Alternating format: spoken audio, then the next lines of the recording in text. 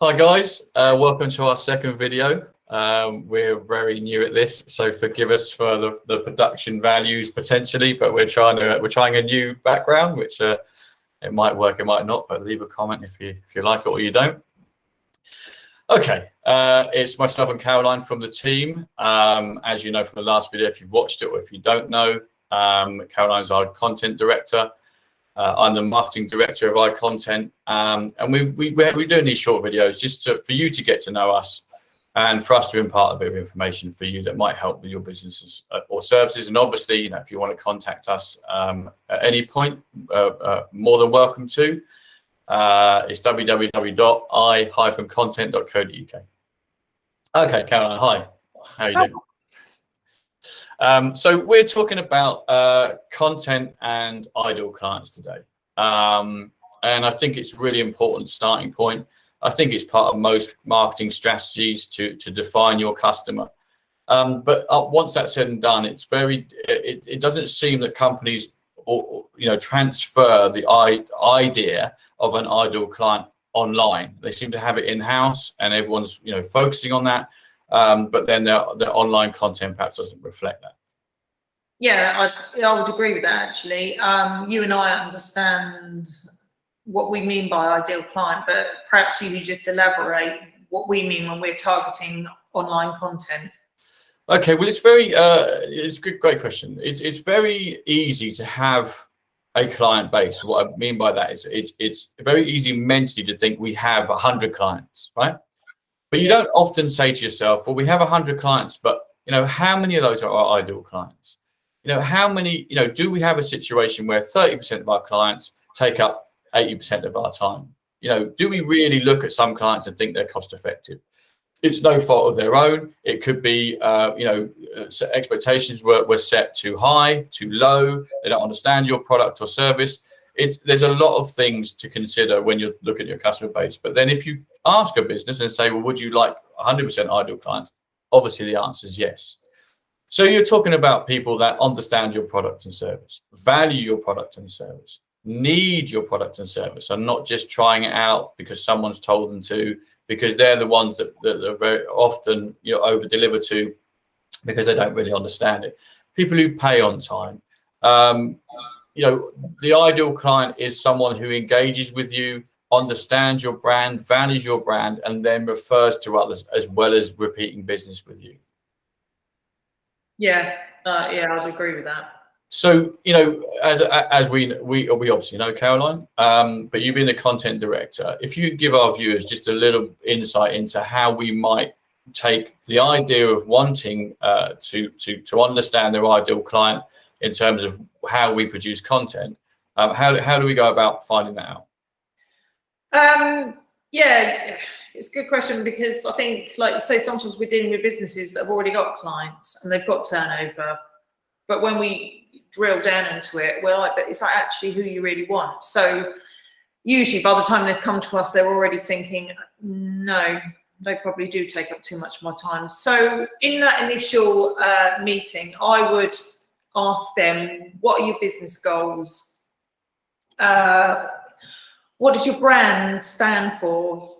What's its values? I would ask, what's your unique selling point? How do you stand out from the competitors in your market?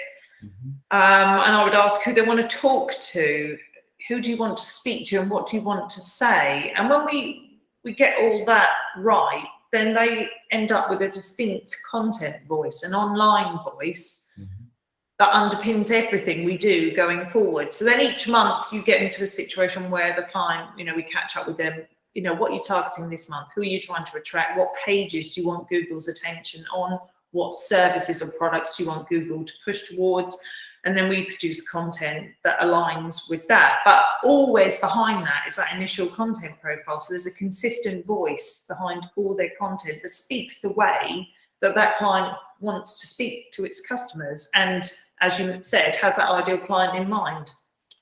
That's awesome. Yeah, and I completely agree. It's about understanding. See, because online has come from this idea of brochure sites. What I mean by that is that companies were already established and they put a site up because everyone was having a website. It's kind of like they see online as a different beast. Like, you don't have to be genuine. You don't have to be, speak as you would speak in person. You can just chuck stuff up and hope it works. And there's thousands of businesses out there that will be hoping their online works. And I get that, because there's sometimes you don't understand online. That's fine. You're an expert in your field. But it's coming back to this idea that online and what you say online should be what you say in person. You would gush about your products and services if someone asks you what you do and how you do it and how good you are and how your customer service is, and this is what we do, and you have these needs and we can meet them. And then online we put a short 250-word thing up saying five tips how to save money. Now, there's nothing wrong with 5 tips how to save money, but if it's not saying exactly what you do and how you do it and in the tone you would, you are not getting yourself across, and people buy people, as we all know. So you're absolutely right. It's about digging down deep and saying, what do we want to say, and who do we want to hear that message, and put effort into doing that rather than just chucking stuff up. Yeah, and I think, you're right in what you said. We have that sometimes in those initial meetings where we said, oh, if you were, a networking event, or you were in a meeting, face-to-face client meeting, how would you speak to them? Because they're in the meeting saying to me, I don't really know what to say. And I said, yeah, but just imagine I'm your customer in front of you. And they say, oh, well, I would say this, this, and this. So like you say, it's shifting their mindset, but you're in an online networking event, if you like, and you speak to them the way you would speak to them in front of them, because these people that we deal with are experts in their field. They're brilliant at what they do. They're just trying to understand how they translate that online.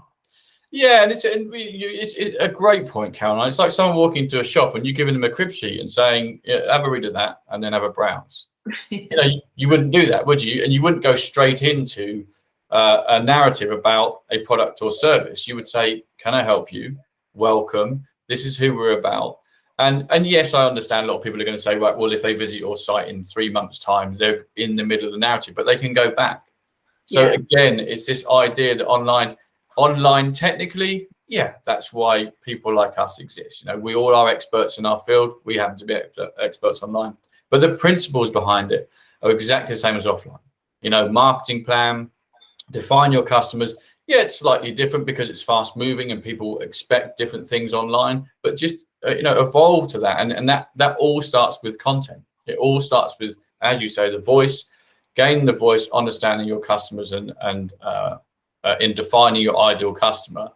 And as you touched on, Caroline, the ideal customer changes from product to product, to service to service, to season, to if you're a toy company, your audience could be go from parents to children, to Christmas, to Easter. So it's this idea of constantly revisiting who your ideal client is, constantly revisiting the message, and understanding that we can help you not only define that, but get your voice right going forward. Yeah, that's absolutely right, Joe. You're never really done, which is why it's always for us an ongoing content service, and why we differ from other people in that we're always in that dialogue with our customers. It's always an ongoing narrative. What we're doing now, what we're doing moving forward, because you're right, that ideal customer and that target will always be shifting. Yeah, and I think that guys who are watching this, prospective clients potentially, that's what sets us apart. It really is. We do care, and it's old fashioned potentially, but we do care. We do care about customer services. We don't just want to churn out a service.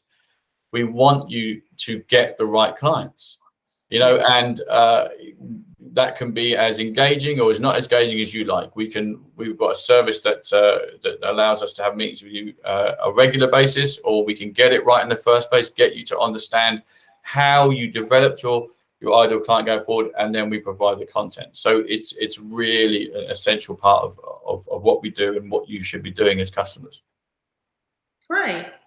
Thanks, Joe. Good chat. Okay, and apologize for the ding on my phone. Note to self, turn the phone off before you start recording the video. So as I said, guys, we're trying to keep these informal, and you see us as who we are. So that won't happen again. Apologies. All right. Thanks, Joe. Thanks, guys. See you. Bye. Bye. Bye.